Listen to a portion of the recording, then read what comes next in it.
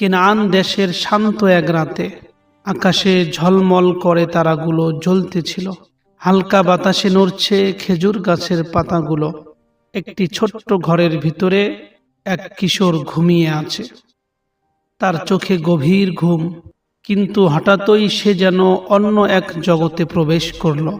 সেই যুবক ঘুমের মধ্যে স্বপ্ন দেখল, আকাশে 11টি নক্ষত্র, তার সঙ্গে সূর্য ও চন্দ্র সবই নত হয়ে যাচ্ছে তার সামনে।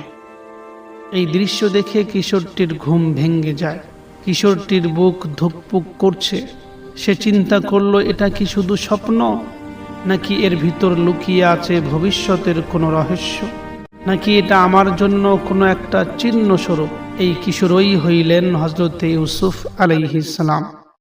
প্রিয় দর্শক, আজ আমরা শুনব এমন এক কাহিনী, যে কাহিনীকে মহান আল্লাহ সুবহানাহু তাআলা নিজেই পবিত্র কোরআনে বলেছেন আহসানুল কাসাস, অর্থাৎ সব থেকে সুন্দর গল্প।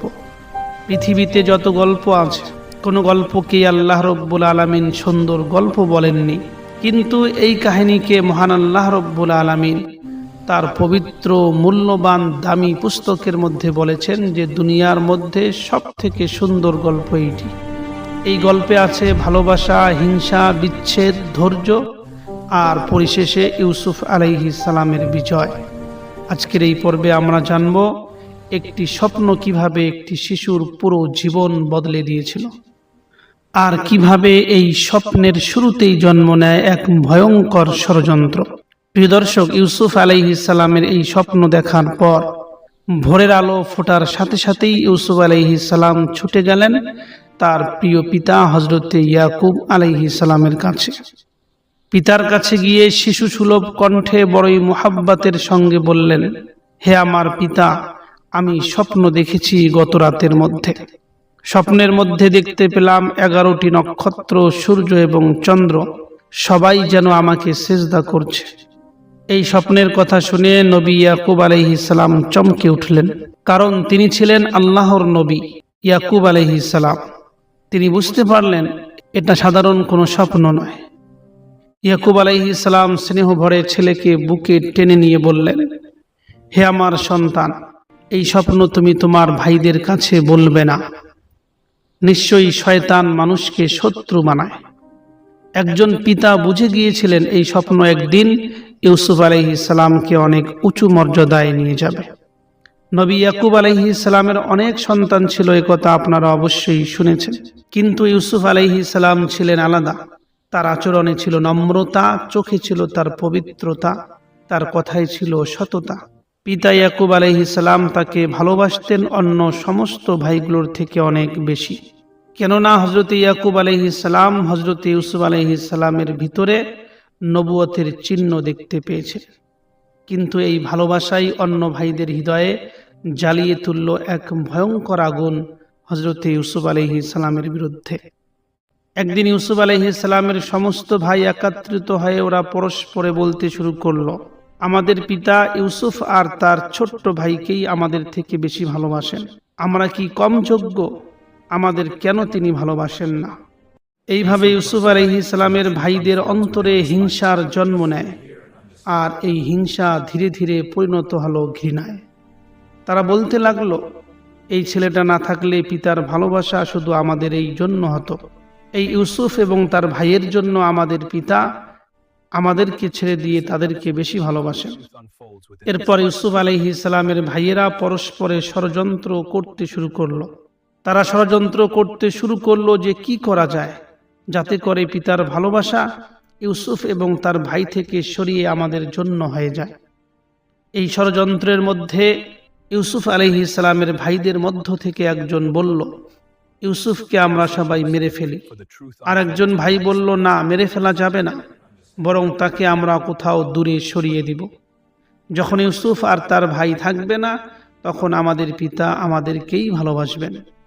প্রিয় দর্শক, শেষ পর্যন্ত তারা সিদ্ধান্ত নিল যে ইউসুফ আলাইহিস সালামকে সরিয়ে দিতে হবে। এইভাবে ষড়যন্ত্র করার পর পরের দিন তারা সবাই মিলে হযরত ইয়াকুব আলাইহিস সালামের কাছে এসে বললেন, হে আমাদের পিতা, আপনি কেন আমাদের বিশ্বাস করেন না? আমরা তো ইউসুফের জন্য মঙ্গল কামনা করি। আমরা যখন কোথাও খেলতে যাই তখন আপনি ইউসুফকে আমাদের সঙ্গে কেন পাঠিয়ে দেন না?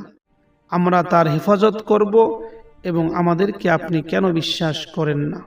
তাই হে আমার পিতা, আমাদেরকে বিশ্বাস করে আজও আমরা খেলতে যাচ্ছি বাইরে, আজকে আমাদের সঙ্গে ইউসুফকে পাঠিয়ে দিন। এইভাবে জোরাজুরি করার পর নবী ইয়াকুব আলাইহিস সালামের বুক কেঁপে উঠল। নবী ইয়াকুব আলাইহিস সালাম বললেন, আমি আশঙ্কা করি তোমরা অসতর্ক থাকলে কোনো নেকড়ে বাঘ ইউসুফকে খেয়ে ফেলতে পারে। এই কথা শুনে ইউসুফ আলাইহিস সালামের ভাইয়েরা দ্রুত বলে উঠল, আমরা এতজন থাকতে নেকড়ে বাঘ তাকে কি করে খাইতে পারে? অবশেষে এক পিতার মন কাঁদতে কাঁদতে ছেলেকে পাঠিয়ে দিল তার ভাইয়ের সঙ্গে। মাঠের পথ ধরে হাঁটছে ইউসুফ আলাইহিস সালাম। ইউসুফ আলাইহিস সালাম জানে না এই পথ তাকে নিয়ে যাচ্ছে জীবনের সবচেয়ে অন্ধকার অধ্যায়ে। ভাইদের মুখে আজ আর হাসি নেই, চোখে আছে তাদের কঠিন সিদ্ধান্ত। হঠাৎ তারা তাকে নিয়ে গেল এক নির্জন স্থানে। ইউসুফ আলাইহিস সালাম বুঝে উঠতে পারলেন না হঠাৎ এত পরিবর্তন কেন। যে জায়গার মধ্যে ইউসুফ আলাইহিস সালামকে নিয়ে যাওয়া হলো সেখানে ছিল এক গভীর কূপ। ইউসুফ আলাইহিস সালামের ভাইয়েরা বলল, আমরা তোমাকে এখানে রেখে যাচ্ছি। এই কথা শুনে ইউসুফ আলাইহিস সালাম কাপা কণ্ঠে বললেন, হে আমার ভাই, আমার কি অপরাধ? কিন্তু হিংসা কখনো কান্না শোনে না। এক মুহূর্তেই ইউসুফ আলাইহিস সালামকে কূপের ভিতরে ফেলে দেওয়া হলো। অন্ধকার, নিঃসঙ্গতা আর চারপাশে শুধু পাথরের ওয়াল ছাড়া কিছুই ছিল না। ওই কূপের তলায় বসে ইউসুফ আলাইহিস সালাম কাঁদতেছিলেন। কিন্তু হঠাৎ আল্লাহ তাআলা ইউসুফ আলাইহিস সালামের হৃদয়ে শান্তি ঢেলে দিলেন। ওহীর মাধ্যমে ইউসুফ আলাইহিস সালামকে জানানো হলো, একদিন তুমি এই ভাইদেরকেই তাদের কাজের কথা মনে করিয়ে দেবে। ওহী পাওয়ার পর ইউসুফ আলাইহিস সালামের মন একটু শান্ত হলো। অন্ধকার কূপেই জ্বলে উঠল আশার আলো। প্রিয় দর্শক, আজকের পর্ব এখানেই শেষ। একটি স্বপ্ন দিয়ে শুরু আর একটি কূপে এসে থামল। কিন্তু কাহিনী এখানেই শেষ নয়, বরং এখান থেকেই শুরু হচ্ছে নবী ইউসুফ আলাইহিস সালামের আসল পরীক্ষা। পরের পর্বে আমরা দেখব কিভাবে এই কূপ থেকে এক দাসত্বের জীবন শুরু হয় নবী ইউসুফ আলাইহিস সালামের। প্রিয় দর্শক, যদি ভিডিওটি ভালো লাগে তাহলে অবশ্যই লাইক ও শেয়ার করে দেবেন। তার সঙ্গে আমার এই চ্যানেলটিকে সাবস্ক্রাইব করে রাখবেন। পরের পর্বে আবার দেখা হবে ইনশাআল্লাহ। আসসালামু আলাইকুম ওয়া রাহমাতুল্লাহ।